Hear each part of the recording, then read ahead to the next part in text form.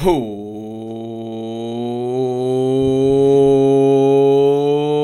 what's up, Philadelphia sports fans? Welcome to the War Room. We are War Room Philly.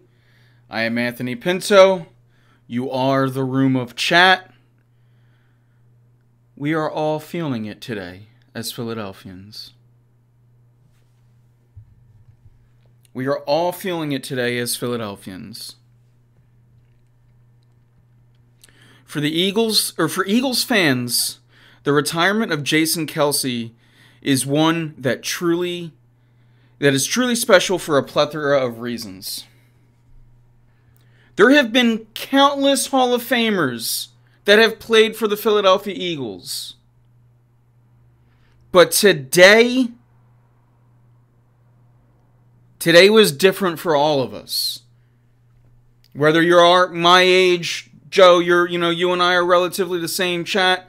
Whether you're, millennials, whatever gen you are.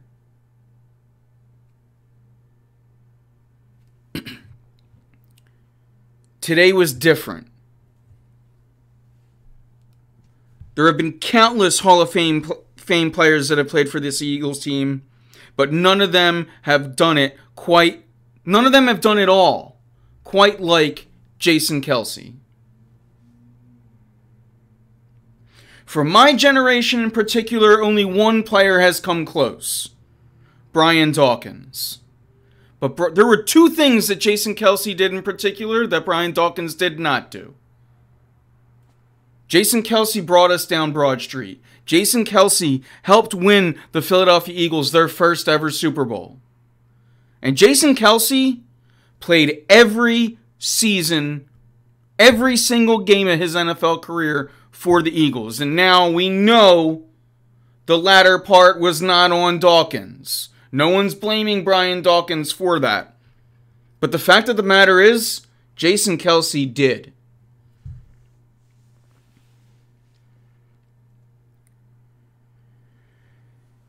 Jason Kelce is truly a generational Eagle. He left the game at the top of his position. He is elite both on and off the field.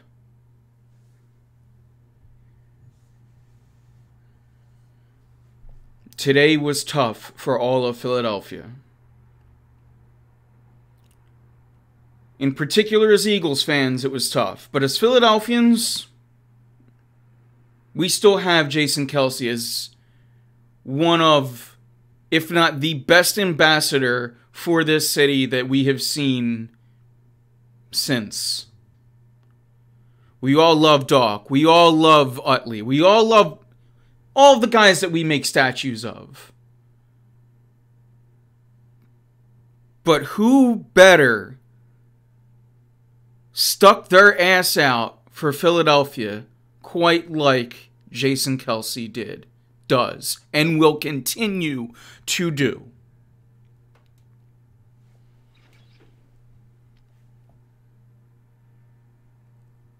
So how you guys doing out there? I see you in chat, Joe. Thank you for letting me do my little...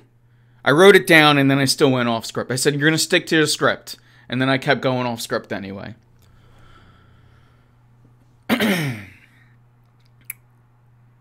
And it was kind of hard to talk about Dawkins in relatively what seems to, in almost a negative light, right? Because it's the fact that while it wasn't Dawkins' fault that we didn't win a World or Super Bowl while he was here, or he didn't stay here his whole career, the fact of the matter is it didn't happen. Those things are hard to do. And they did for Jason Kelce. And we'll talk about this again when, shortly Fletcher Cox does the same thing. But today's about Kelce. And today, we'll get into it. Flyers are up 1-0. We're going to talk Flyers as well.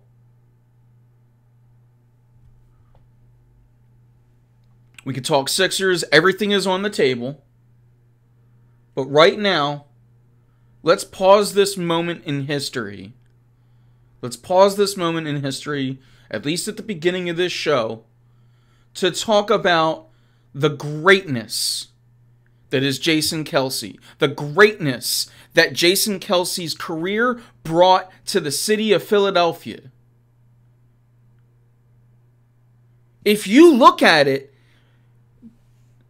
we essentially had the Eagles franchise peaked while Jason Kelce was here. It peaked. This is a long and historical franchise, and outsiders can shit on it all they want about the non-Super Bowl thing, but guess what? That changed, and in part because of Jason Kelce. That changed because of a lot of other players on that team, and guess what? Jason Kelce did a goddamn good job of giving those guys some credit today. We all know Big Balls Doug. We all know Big Dick Nick.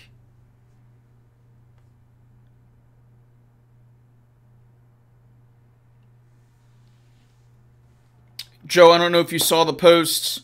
We're already booking it. We've already started planning.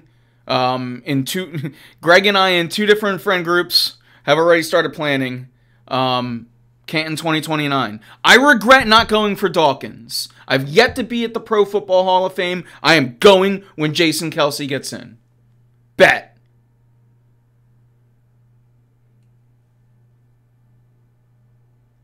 Now I'll go back to the MLB Hall of Fame when Jimmy Rollins gets put in. That's a different day.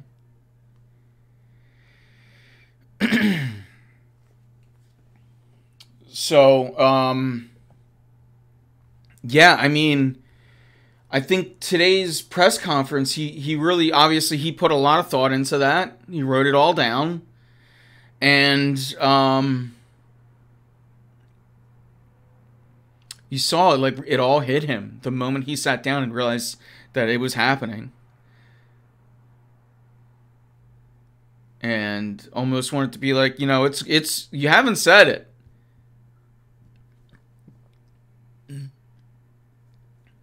But it truly was a testament to his entire time here. I mean, look, we were all choked up because of sports, but Jason made it real, bringing up Andy Reid's son and their relationship, and it really gives you a span for us as us, right? People my age, you guys, me, our, like, for us, Andy Reid was really the start of our fandom. I remember Rodney Peete and you know, Ray Rhodes. I remember them, but like, it really, for me, when Andy Reid got here, was when my mind really started. I'm like 5th, 6th grade. I'm really starting to understand sports. And it all started from there. And him bringing up Andy Reid, Chip Kelly, you know, Doug Peterson, Nick Sirianni. It felt like an homage to my fandom and going through the memories with Jason Kelce.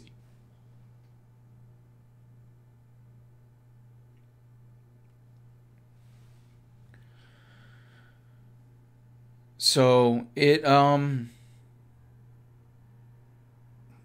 Flyers just came real close to making it a 2-0 game. So yeah, I mean, and to your point, Joe, Travis Kelce is a Philadelphian. The Kelces are Philadelphians. Name one other human being that has taken a championship from Philadelphia, and we will still love him. That's how much we love Jason Kelce. That we love Travis Kelce. Even after he beat us in the Super Bowl. It's a testament to that family. It's a testament to their values. It's a testament to Jason.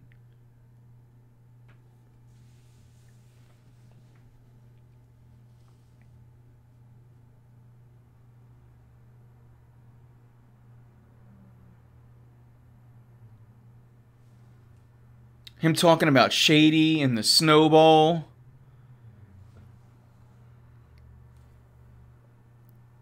Talking about Howie Roseman, and he threw the side comment in even when he was down the hall.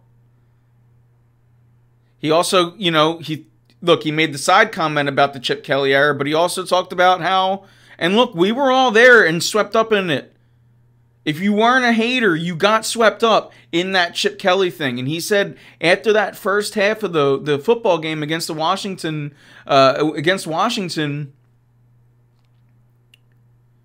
everyone went back into that hall and into that hall at halftime, and they were like, "Yo, this is gonna change the game," and we were all feeling that. And I got swept up thinking about the shows that we did here at War Room Philly back in those times. And I know there were Chip Kelly haters. And you were right. But I still stand by. And I mean, you still see the wrinkles that Chip Kelly left on the NFL. Chip Kelly's biggest enemy was himself. But Chip Kelly's ideas are still here and they're still bulletproof. The problem with Chip Kelly was he wanted to run only 8 plays because those were his 8. And he only believed in one thing. And in the NFL in particular, you need to be able to win more than one way.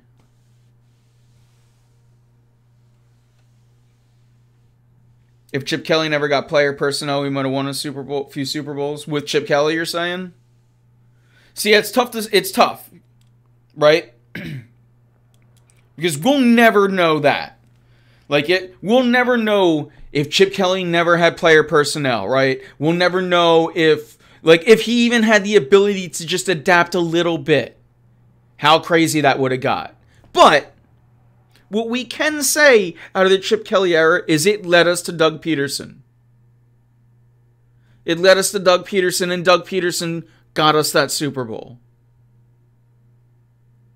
I know who we got rid of. I know. I can't even read it out loud, Joe. You're breaking my heart. I know. And that's a big thing, too. And I just realized I'm like leaning against my desk and I'm shaking. I'm sorry I made the camera shady. No McCoy. Ooh, Erson flashing the glove. Okay. And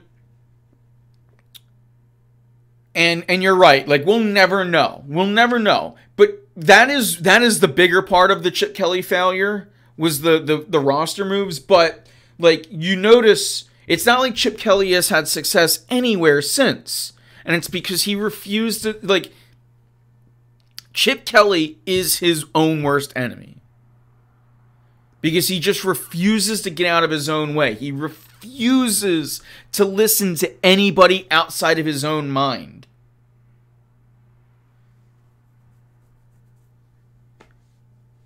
His mind, he was, and this is,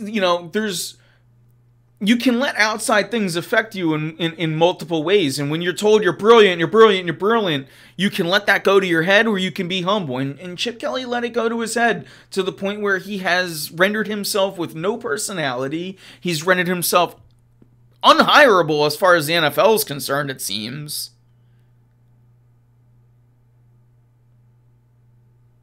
But I digress.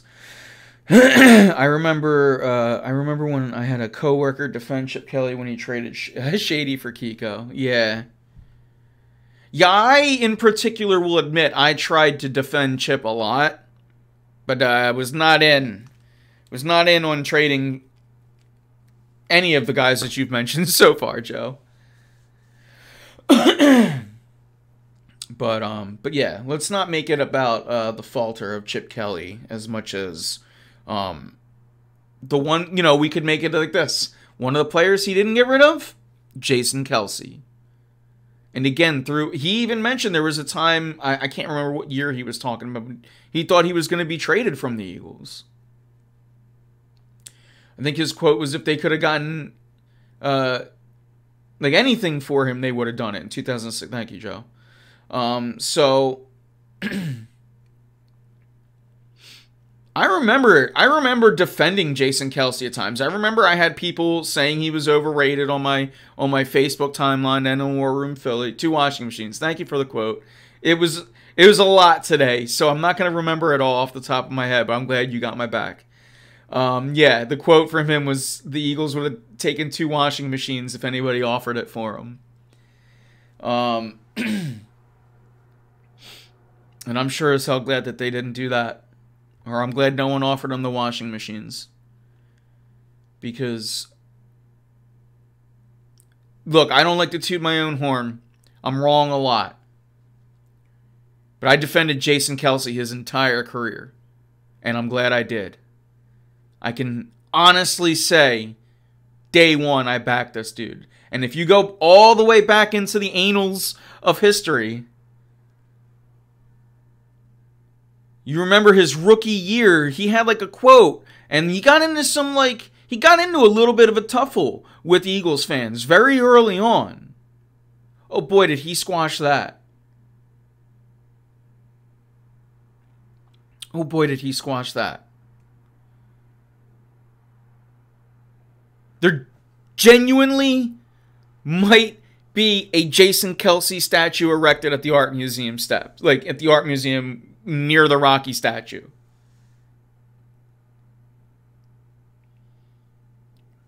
There will be statue or statues of Kelce throughout this city in time.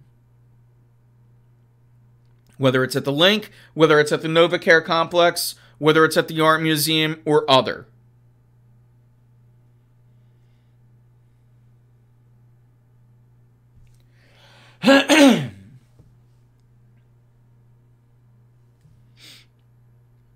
But for Jason Kelce and Eagles fans, this is, and in particular our generation, this is the equivalent of Ryan Howard, Chase Utley, hanging it up.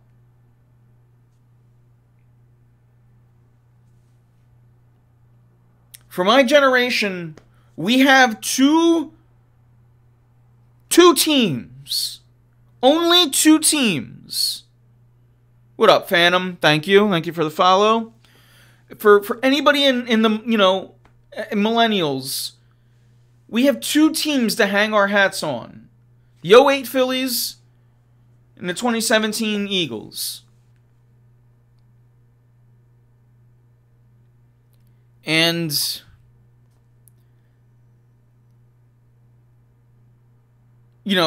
outside of that, like there's been, hey, no problem. Outside of that,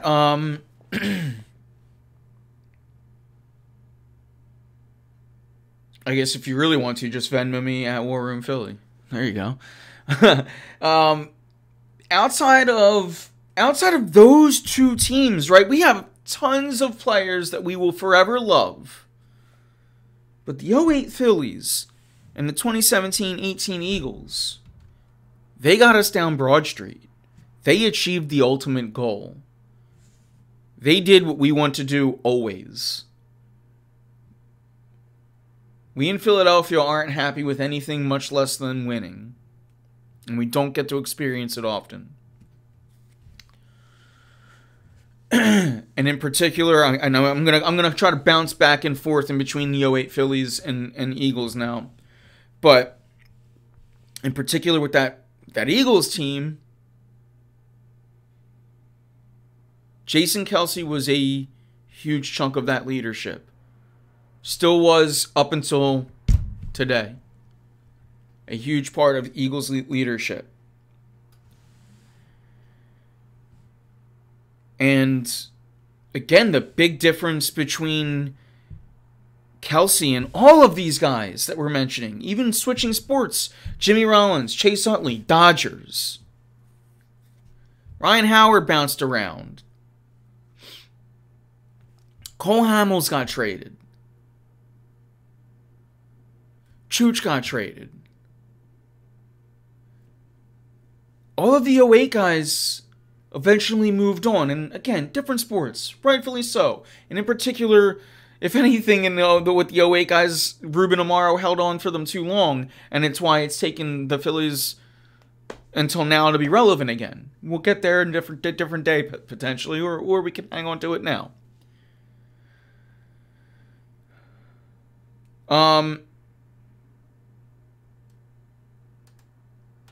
What am I doing? Come on, Anthony, you're forgetting your most. I'm trying to be serious, the Philadelphia Soul. I'm trying to be serious for one half hour, Joe. You gotta bring the soul into it. The 70 Flyers, because again, Shadow And I'm not here to be ageist or anything. If you got to see those teams, you were incredibly lucky. Generations prior to mine got to see the Flyers back-to-backs. They got to see the Sixers win one. Millennials, we got 2001, and we got a string of second-round losses as far as the Sixers go. The Flyers, 2010 was a hell of a run. The 2020 playoffs was crazy. Bubble hockey.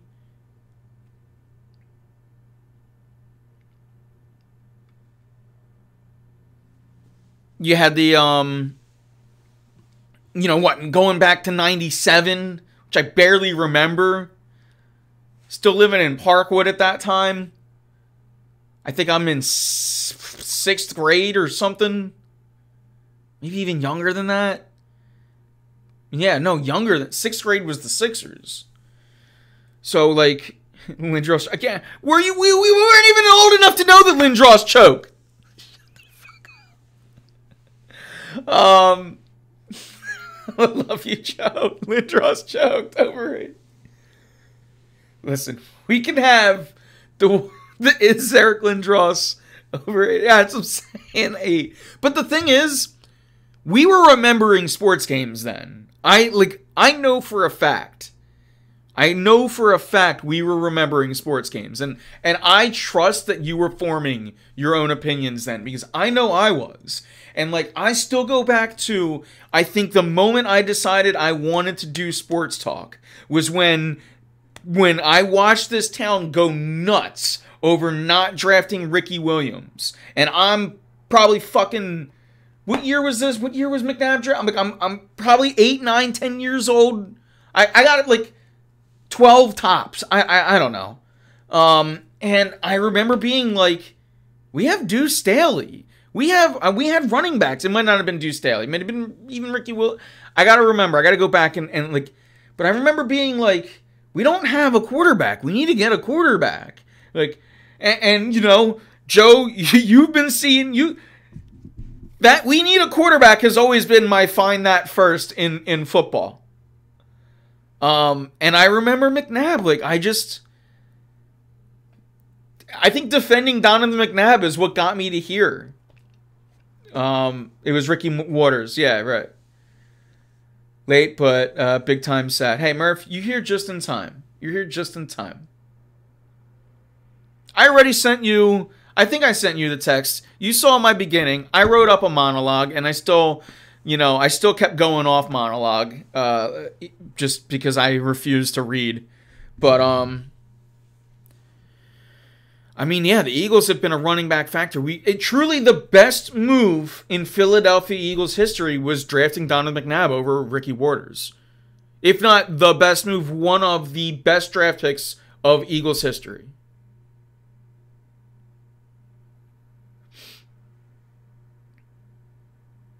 Brian Mitchell. Yeah. McNabb, don't do that to me. Don't do that to me. Not tonight. You said it yourself. Tonight's about Kelce. Let's not start arguing about Lindros, McNabb. Let's not. Although, this is the time of the year to do that. Let's be fair. If there is never a time to go back, it's when there's only 2 teams playing. Bless their hearts. I love me the Flyers. I love me the Sixers. I'm watching them. Oh my God, we got all the Knicks in chat now. Everyone's coming in, popping. Everyone's popping in to hate on Donovan McNabb. It's supposed to be a Jason Kelce show. It's supposed to be. I love McNabb. I love Andy Reid. Both of them had negatives, and both of their negatives popped up at the worst times. Unfortunately, or thankfully, however you want to look at it, Reid learned from his mistakes, albeit with Kansas City and Patrick Mahomes. Donovan McNabb never learned from his mistakes. And if anything, McNabb let outside noise affect him negatively. Like, McNabb tried way too hard to eliminate a part of his game to silence, like, people like Rush Limbaugh. McNabb literally wanted to prove people wrong so bad that he just stopped running. And that's really when his game... That's when he became less clutch for whatever it was. However you want to put it.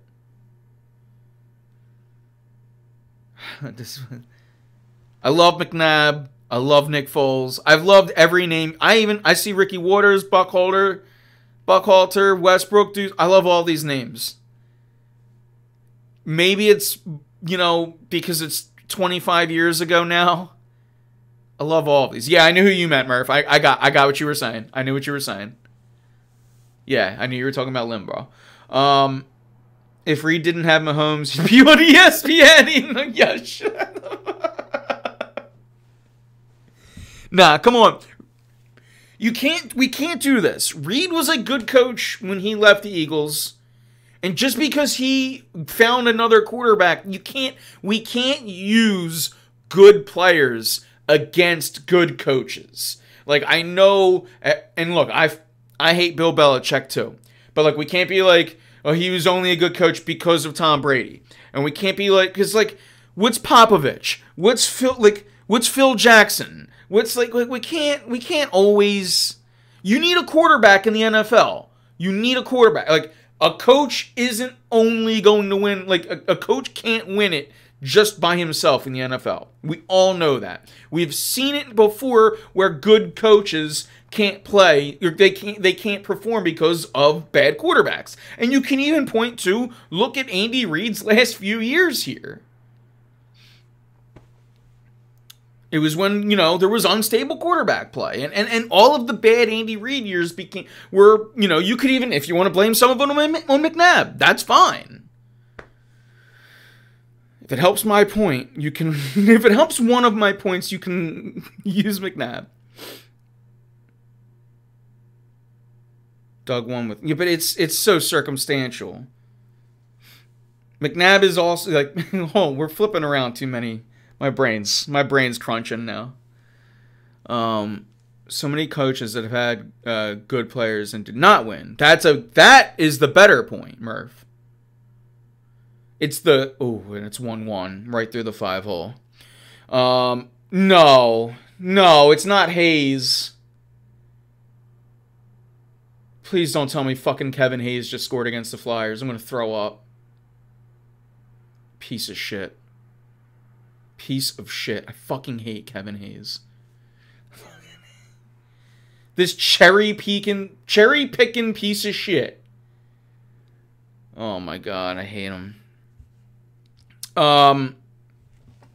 Harrison sucks. He's young. The Flyers, and we'll get to this, and we can start it now.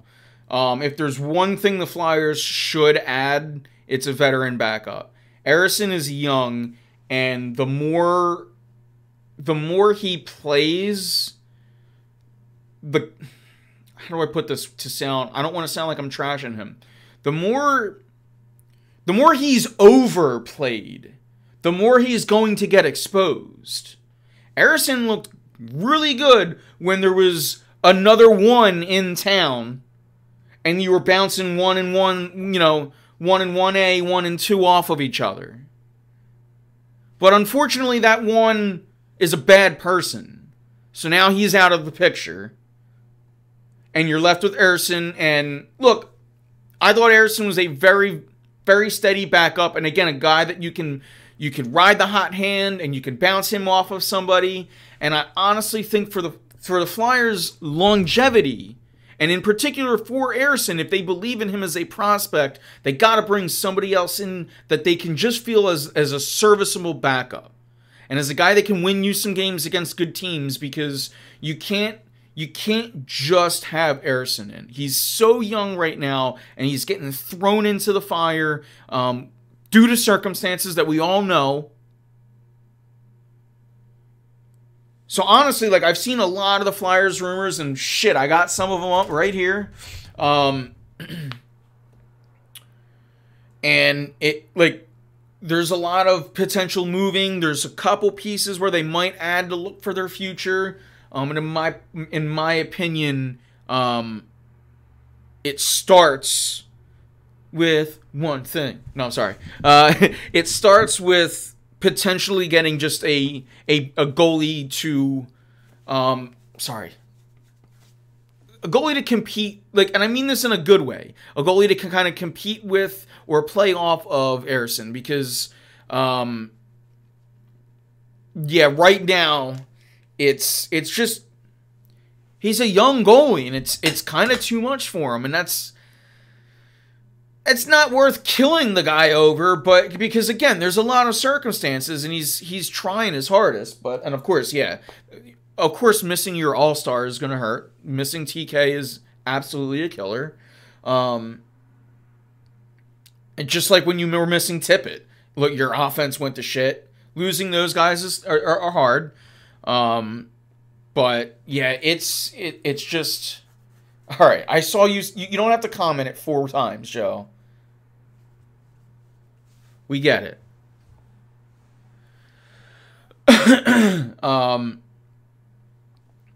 But yeah, I guess we can kind of move in and just go through. I was also seeing that the Flyers are in on Trevor Zegras from Anaheim. Again, that would be another prospect kind of acquisition. It'd be a center. I'm not going to act like I know a shit ton about it. But that's one of the names that I saw as far as a potential addition. And then just other goalies that are going to potentially be on the market.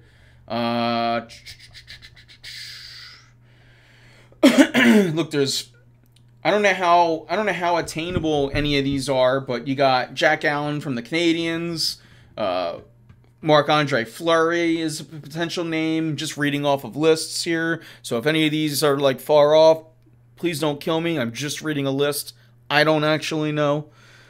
Zegras. Oh, so he's a free agent. So I guess there's not really a huge, like, you're only getting him in here if you think you can sign him.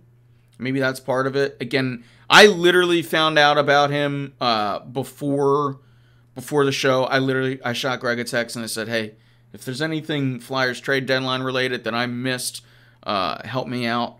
I've been just, I'm watching the Flyers, but I'm not necessarily reading on them, doing other things at the current moment in life. And it's got nothing to do against the Flyers. Sometimes we get busy, right? If I'm the Flyers, I'm not trading for anything. I kind of, again, I'm like a little bit with you there. I don't know that, and in particular, if a guy's a free agent, like, I'm picking things up to help me next year. If I'm adding anything, it's a goalie, and that's because my team has shown me that they're playing hard enough that if I can get a goalie on the cheap, then shut up. If I can get a goalie on the cheap, I bring them in because I think the Flyers are playing well enough that this team deserves that. And now, if someone comes in and blows me away on any of these guys then okay, I'm listening, right? But I don't necessarily feel obligated to sell anybody. Now, if players are coming up on expiring contracts, that's a different thing. But, like, in particular, a guy like Lawton, who's going to be here for 2 more years, at like $3 million, that's a good deal. That's a team-friendly deal, and I am in no rush to trade him. Now, if I get blown away, sure.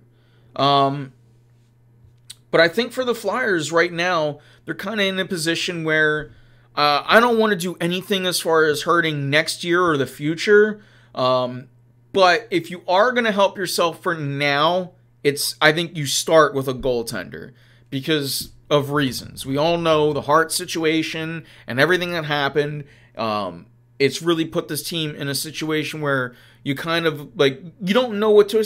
If there was still a quality starting goaltender here, we really thought we had a shot this year, and they're still in contention. And despite it, you got 20 games left. I think you can kind of right the ship from here on out and see how it goes. I think that is fine. I think, again, you're buying low and you're selling high. And that might look like standing pat at the end of the day, which would be fine. It might be standing pat at the end of the day. But in my opinion, that has to be the mentality of the war room for the Flyers right now in these remaining couple of days.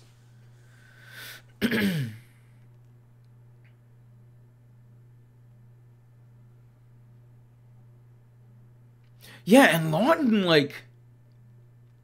in particular might be playing himself in the first round value.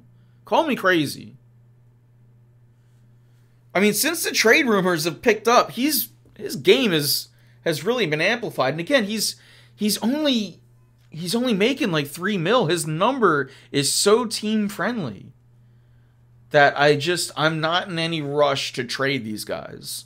When I can potentially make a playoff run. And again, you guys know me of all people, I'm not buying to get into an 8 seed, but I'm also maybe not necessarily selling to get myself out of one.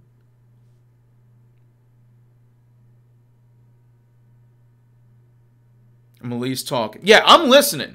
Again, if I'm the Flyers War Room, they gotta be listening. And it feels like they're trying to maybe push Atkinson. It feels like there's a few people that they're trying to get at, that they do want to trade. But as far and again, those guys, anybody that is taking up cap room next year that you can get rid of now, do it. It's that simple. It's that simple. I think playoff experience would be huge going into next year.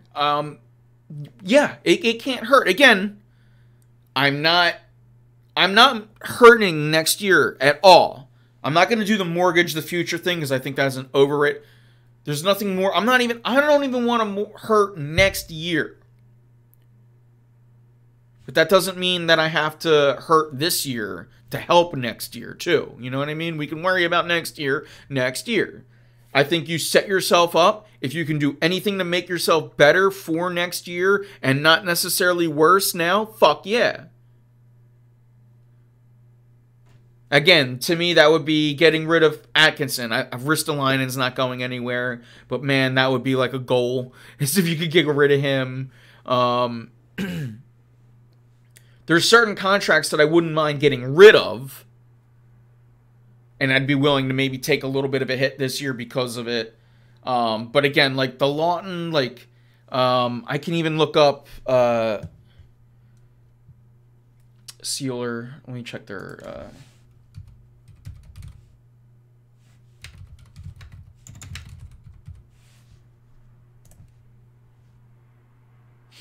All right, so Sealer's up at the end of the year. So again, there I'm a little less. I'm not worried about keeping him here, right? And then what was the other? We had Walker.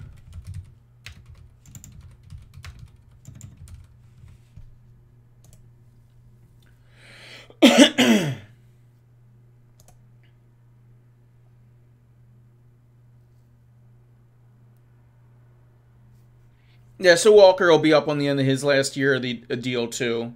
So, again, with guys like that, you still need them here for this year. And again, I don't want I'm not willing to necessarily just give up on my defense, and my goaltending and just really kill my back line just for some assets. If you get blown away, then you got to think about it. And if you have the depth in the pipeline that you want to start seeing some of the younger guys too, I think you can sometimes get addition by subtraction sometimes with that. Go like the 06, 07 Phillies route. But, and Joe, to your point, I think that's what it's going to look like. I honestly think that's probably the culture within the War Room right now is sell high, buy low, and then what I think that's going to look like to us as the fans is them standing pat. And that's fine. That's absolutely fine. Drysdale's going to be... Well, we knew coming in when acquiring him, we knew health would be the biggest factor. We knew availability would be the biggest factor with him. But the Flyers, again, they've been thrown into two shitty situations this year, both out of their control, and both vastly different. One way more serious than the other. And I think that they're just going to have to now see what they can do in the midst of those. The Drysdale situation, I thought you went and got somebody with a high ceiling. You did the best you could with what you were giving away, which was a, highly talented prospect. But it just is what it is. You can say, look, you would have traded Cutter for this, that. You don't know what they got offered. You don't know that.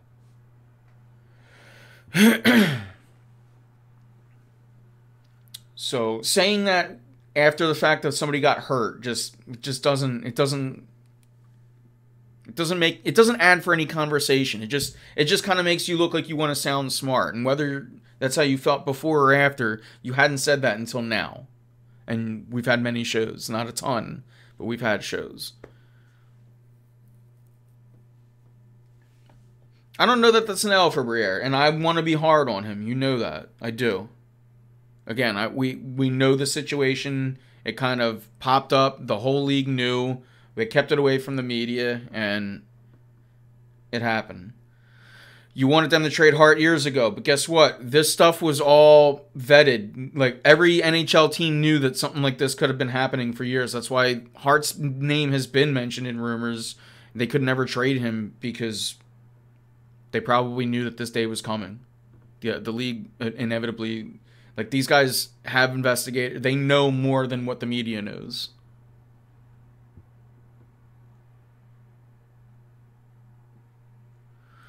You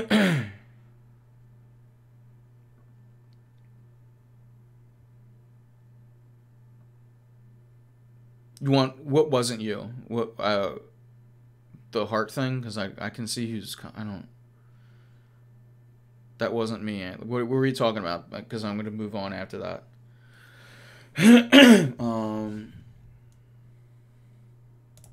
What else do we got tonight?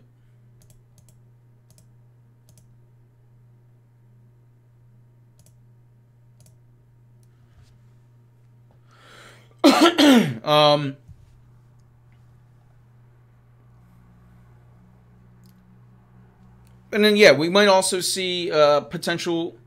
Your tone made it seem like you thought I'd say... Oh, no, I'm just reading. I can see who's commenting what. I got you, Joe. No, I give other people the Joe tone.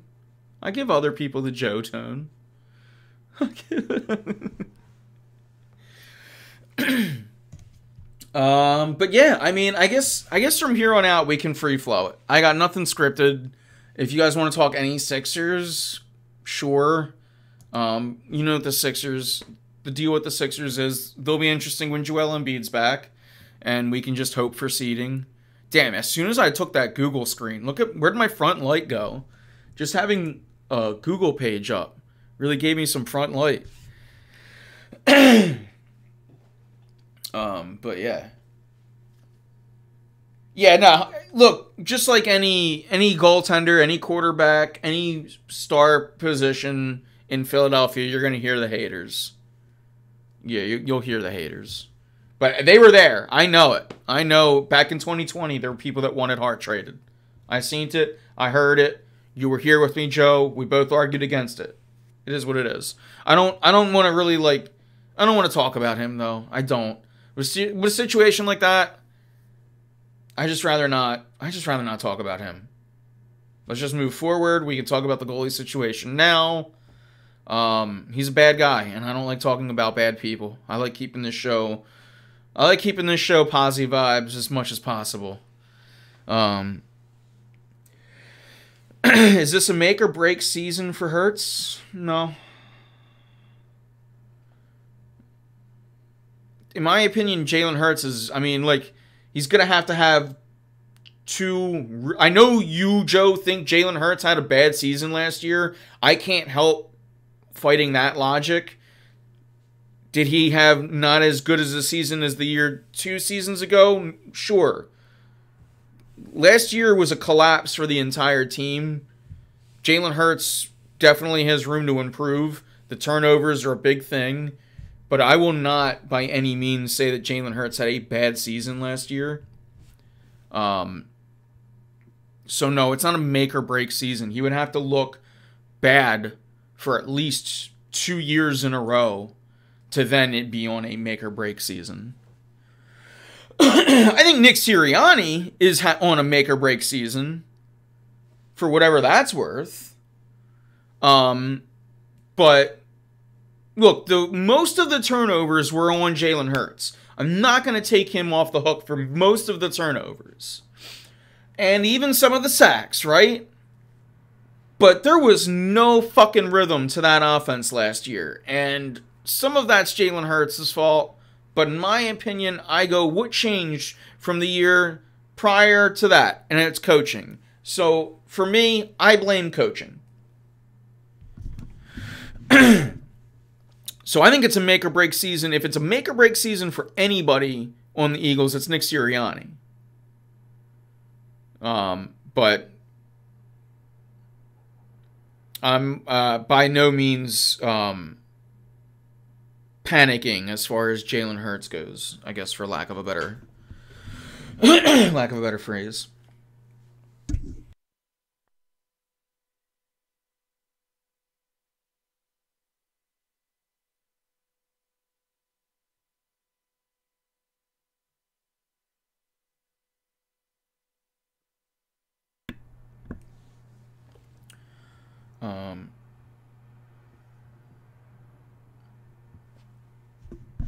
But yeah, so yeah, we got a 1-1 game at intermission.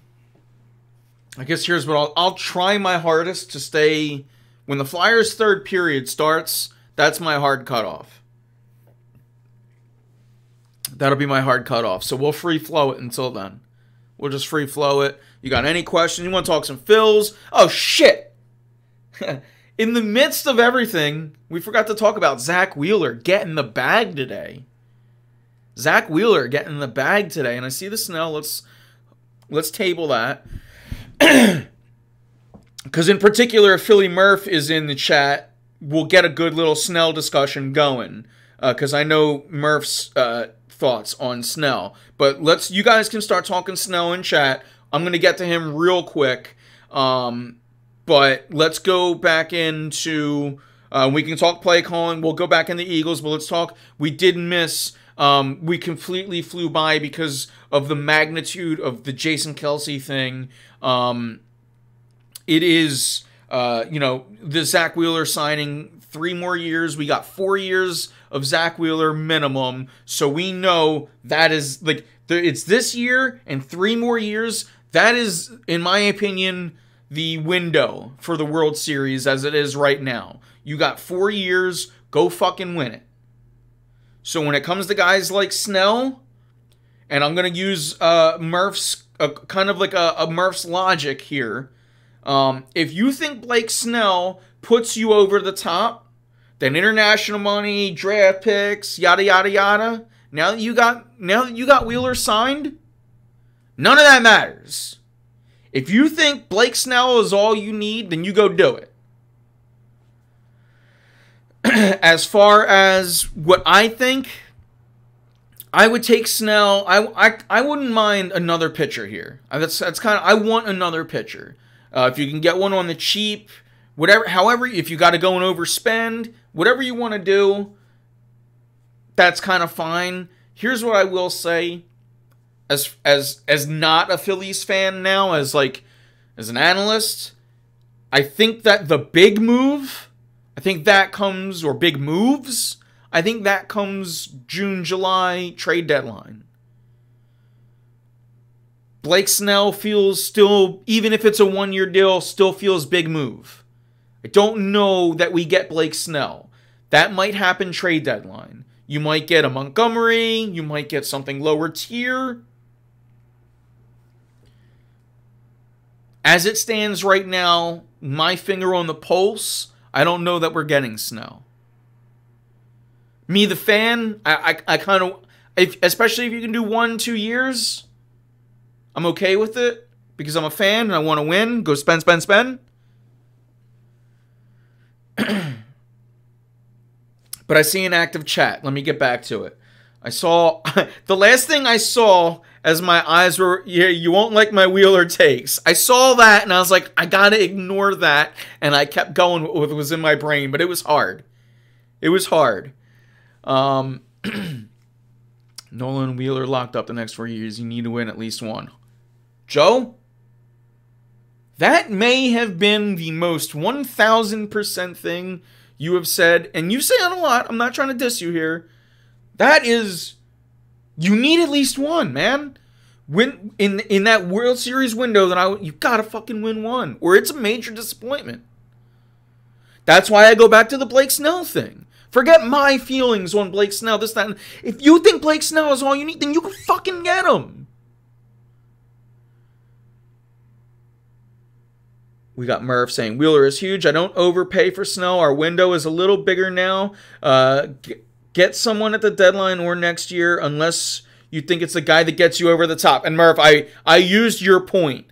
That was your point from our group text. I used your point. So I hope I didn't steal it from you in chat. But that is a Philly Murph point. He has been in our group chat going, if this is the guy, you go get him. To wit, I said, look, I think if he was the guy, the Phillies might have already done it. So we'll see. We will see. Wait, hold on. I got, with this lineup, the guys we have throwing the ball, I think we're set for a big year with an addition to come. I think we might be even maybe 1-2 additions still in the pipelines, but that's months down the road, and I'm impatient. Unpopular opinion. It's always my favorite comment to start. It's always... I think we should have kept Hoskins and trade Schwarber. I know it sounds crazy, but it's my opinion. It's not crazy because it's Reese, and we all love Reese. And I know that you're not saying that just because it's Reese and we all love Reese. Here's what I'll say, because I love Reese, and it hurts. My God, the other day I had a guy tell me you should have kept Reese and let him play the outfield, and I had to stop myself from doing two things. Both laughing in his face and throwing up at the thought of Rhys Hoskins playing the outfield again off of an ACL injury.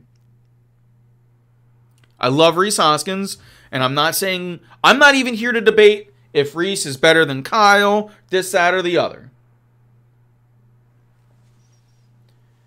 I think the bigger thing now comes down to, and we're all forgetting, is Bryce. And I think that after the injury, I think that they think, the Phillies, that being they, I think the Phillies think that they can get the most now out of Bryce's career at first base. Now, I know Schwarber is going to probably mostly play DH still. And that's probably your thinking, Joe. Just have them steady DH. Which it is. I see your comment now. But the fact of the matter is, it still helps when there's some flexibility in your lineup. And Kyle can play left field, whereas Rhys could only play first base.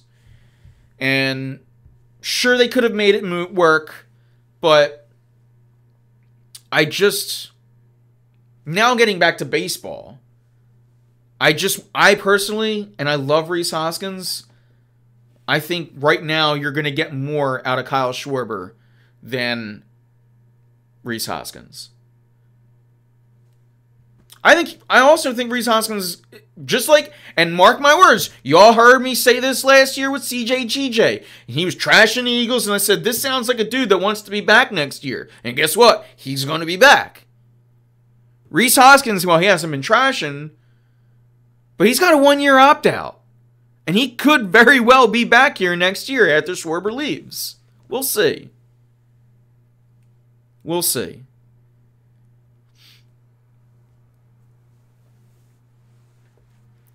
We're going to miss Rhys, though. We're going to, we missed Rhys last year. We didn't get to the CS because we didn't have Rhys Hoskins. We all know what Reese can and probably will do. It's just, look, it's just... And call me out if you think that this is letting them off the hook or whatever. But it just feels like this was the plan ever since Reese went down, Bryce playing first. It seems like this was the plan. And it seems like... It just seems like maybe it was the easier move, but why would you, like...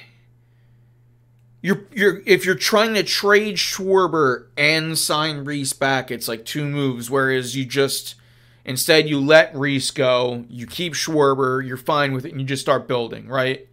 You don't have to worry about dealing with trading him. Maybe that's just, again, if you want to say that's letting the front office off, or that's not a good enough argument, I've made better.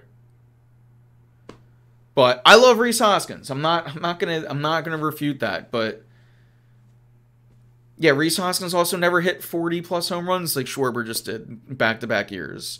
So I don't want to have an anti-Rhys thing just because now you're like kind of making me defend Kyle Schwarber. But I love both of those guys. I do, and it sucks. It's basically like, it's just Jason Kelce leaving, Fletcher Cox retired. Like. It's sometimes, like, it's just sports. It just sucks. It is what it is. And I'm not even saying you're wrong. Please, like, a lot of the times we'll argue. I'm not even saying you're wrong. I'm just saying this is what it is. And, like, I feel like we can have better conversations than trying to go backwards. But it's fair. Rhys Hoskins is a beloved Philly, not just because we love him either, because we're Philadelphians. We'll fucking tell you suck if you suck. And there's a lot of Reese haters out there, too. And we're not one of them. Which, by the way, Nick, I never saw your... You said the thing about... I saw the thing about the, like... You're not going to like my Wheeler and Nola takes, but then you never gave me it, Nick. So wear them Wheeler and Nola takes. If you don't like them, let's... Go ahead and give us a hot take. It's okay. Oh, I said there'd be a hard cutoff for the Flyers start, and here they are starting, and I'm still trying to chat it up. So let's have some fun, guys. Screw it. There's no cutoff. We'll stop when the content stops.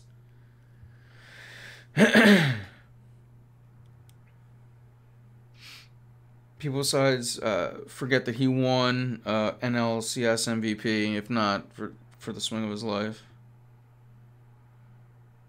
He would have won if not for Bryce's swing of the life, you mean. I got you. I don't think people forget. I really don't. But you're right. Haters forget. But haters aren't people. And I do think now, especially now that he's gone too, you really hear from the fans, right? Now that Rhys is gone, do you hear anyone bashing him? Because all I hear is love for Rhys. Because all I hear is love for Rhys now.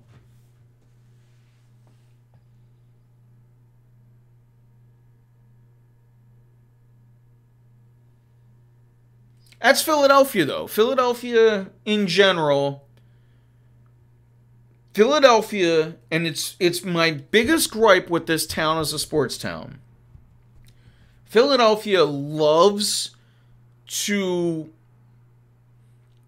How do I put this objective? I'm not even going to be objective. I'll be harsh with it. Because we'll talk about it and we'll iron it out. In my opinion, this town loves to rip down a star and to build up a role player. And it's not to say that that's the only way this town works. But if you're a star, you're held to an incredibly higher standard.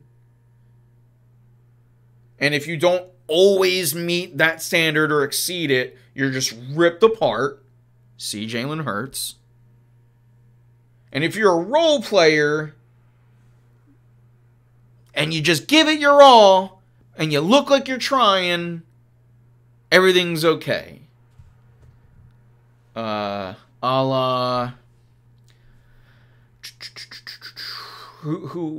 don't have a good one for right now.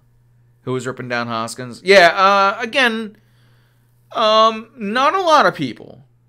Not a lot of people, but there's big time. You know what? Here's the people that were ripping Hoskins, probably the same people that were ripping Ryan Howard, probably the same people that were ripping Mike Schmidt. I'm talking to you, boomers. I'm talking to you.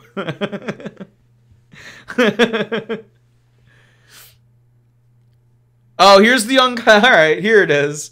I'm a Nola hater. Yeah, you never gave us this one, Nick. I'm a Nola hater. So I wanted to trade for Burns. I wanted to trade for Burns and pay him instead. But once they signed Nola, I wanted to do something similar for Wheeler. However, only a 3-year deal for Wheeler. I'm perfectly fine with that. A rotation, Wheeler, Burns, and Nola would have been insane. Burns is still on the table next offseason. But I'm interested in a trade for Cease. Okay, so I appreciate to start off with you admit that you're a hater. That shows maturity. And then you even double down on that said maturity by saying it's, the 3-year deal for Wheeler is good because that would have hurt my brain. That's fair. And no one here is going to argue with that those 3 would have not been an insane rotation, Nick. So yeah, I don't get why. Again, the Nola hate, I know that's out there. There's big time Nola haters. The Wheeler, to say something, Wheeler has been nothing short of dominant since he's got here. He's been, dare I say, underpaid since he's got here. Yeah, this deal is big money, but man, this dude has earned it. And you said it best. Only a 3-year extension. You got 4 more years of Zach Wheeler with the 1 year he already had on his deal. With pitchers in particular, we go back to Pat Gillick. You want to keep the deals to 3 years. Well, we did that. When? You're, in particular with pitchers, should be more willing to overspend AAV than for years. Batters, position players, maybe give them an extra year or 2 to take away the years. You deal with it. Pitchers, like that, they can drop off. Just look at what happened with Doc Halladay. Just look what happened with Cliff Lee, even as they were here with the Phillies.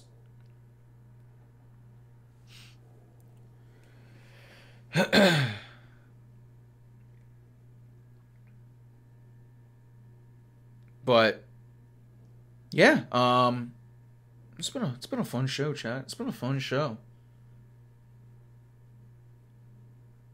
What did I miss here in chat? Schwarber didn't do home runs are hollow. Oh man, that's such a bad argument. I'm sorry, Joe. That's such a bad argument on the Schwarber take. The whole lineup went cold when things went bad against Arizona. But this whole Schwarber can't hit for average thing is ridiculous because he gets his walks and he gets on. I know that you're mad because he doesn't look like what a leadoff hitter hit looked like in 10 years ago, but you guys hated Jimmy Rollins. So I don't know what to do with Philadelphia sometimes. Me in particular, I think Bryce Harper is the leadoff hitter for this team. I know people still think that's crazy too, but I would just flip. I would go Harper, Turner, Schwarber. 1, 2, 3. It looks beautiful. But I don't. I love going up 1-0 in a game, and the numbers will show you how many times Kyle Schwarber did that last year and the year prior.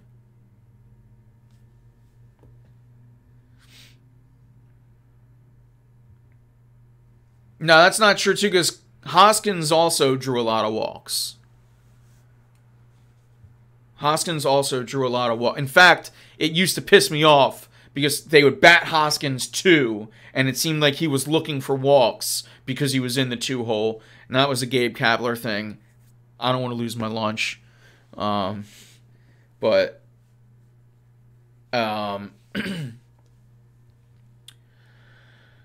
yeah, again, I just, to me, like, power hitters are power hitters, man. They're gonna go up and down. They're gonna have cold stretches.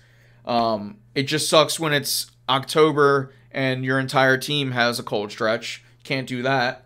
And then they're chasing. You know, that was a big thing that Castellanos has been working on, the get down on the chasing. If you don't like Kyle Schwarber batting first, though, that's not his fault. That's more of a manager decision. But I know Rob Thompson's got his haters too.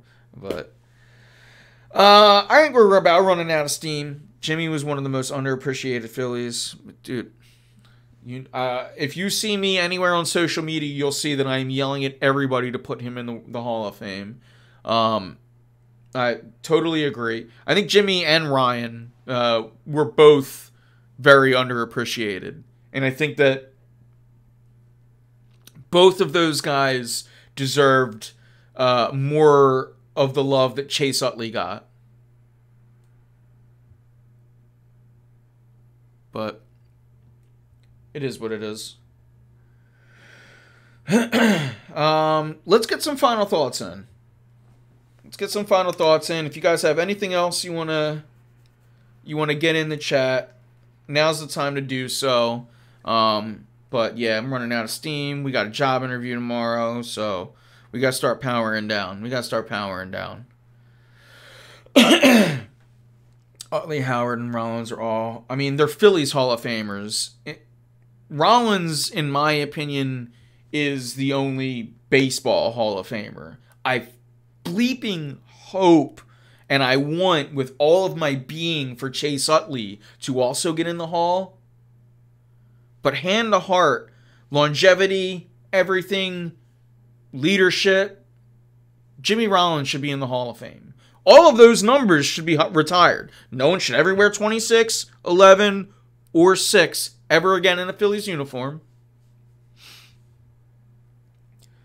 But the Baseball Hall of Fame in particular is super hard to get into. And the fact that Jimmy Rollins' numbers have been so poor is what, like, pissed me off, because this dude is a bona fide Hall of Famer, but because Derek Jeter played in the same era as him, it feels like people forget that Jimmy Rollins existed.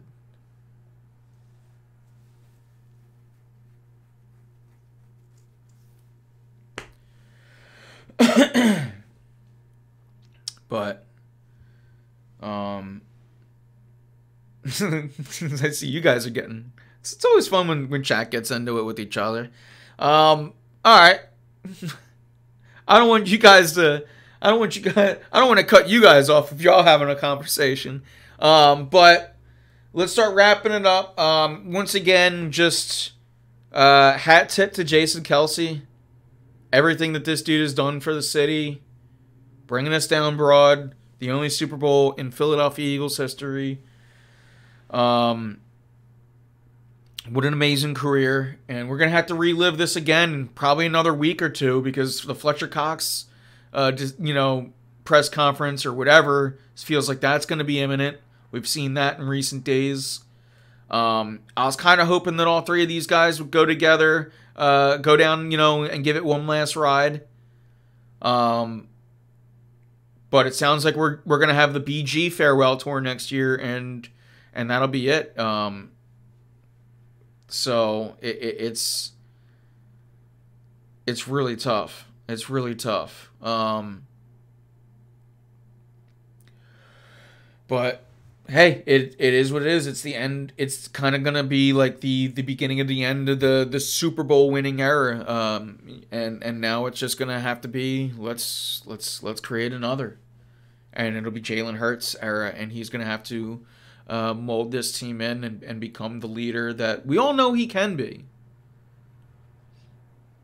I think if there's one thing that all or most of Philadelphia is pretty confident in Jalen Hurts' ability to lead. We all can see the intangibles there. But all right, guys, it's been a really fun one. We dug into a lot today, the Jason Kelce thing. But we'll get back into it. We should be back next week. There's going to be another Flyers deadline show. We're going to talk about all the moves that were made. We should be back next week. I appreciate you guys kind of flowing with the, let's just call it, inconsistency as of late. It's not just because there's only 2 teams playing. It's more because there's a lot going on in all of our adult lives. So it's just been a little harder to hit that record button. But I appreciate you guys all joining in, just jumping in like we hadn't even missed a week this week. That warms my heart, and I appreciate it. And even Monday, which is a night that we typically don't do shows on, but with the Jason Kelce thing and just with my schedule, it felt like, you know what, let's do it. And you guys showed up, and I really, really appreciate you guys coming in and making this show so much more enjoyable. Every time you put a comment in chat, it makes the show +1 more enjoyable. Even if we disagree, that's when it becomes more fun, to be honest. I hate when people are just like, oh, I agree. Oh, I agree. Like, I live to debate. And I live to find, like, hopefully in more recent years you find that I try to find the middle ground and see your point more than just my own. And we've all been working and growing, right? But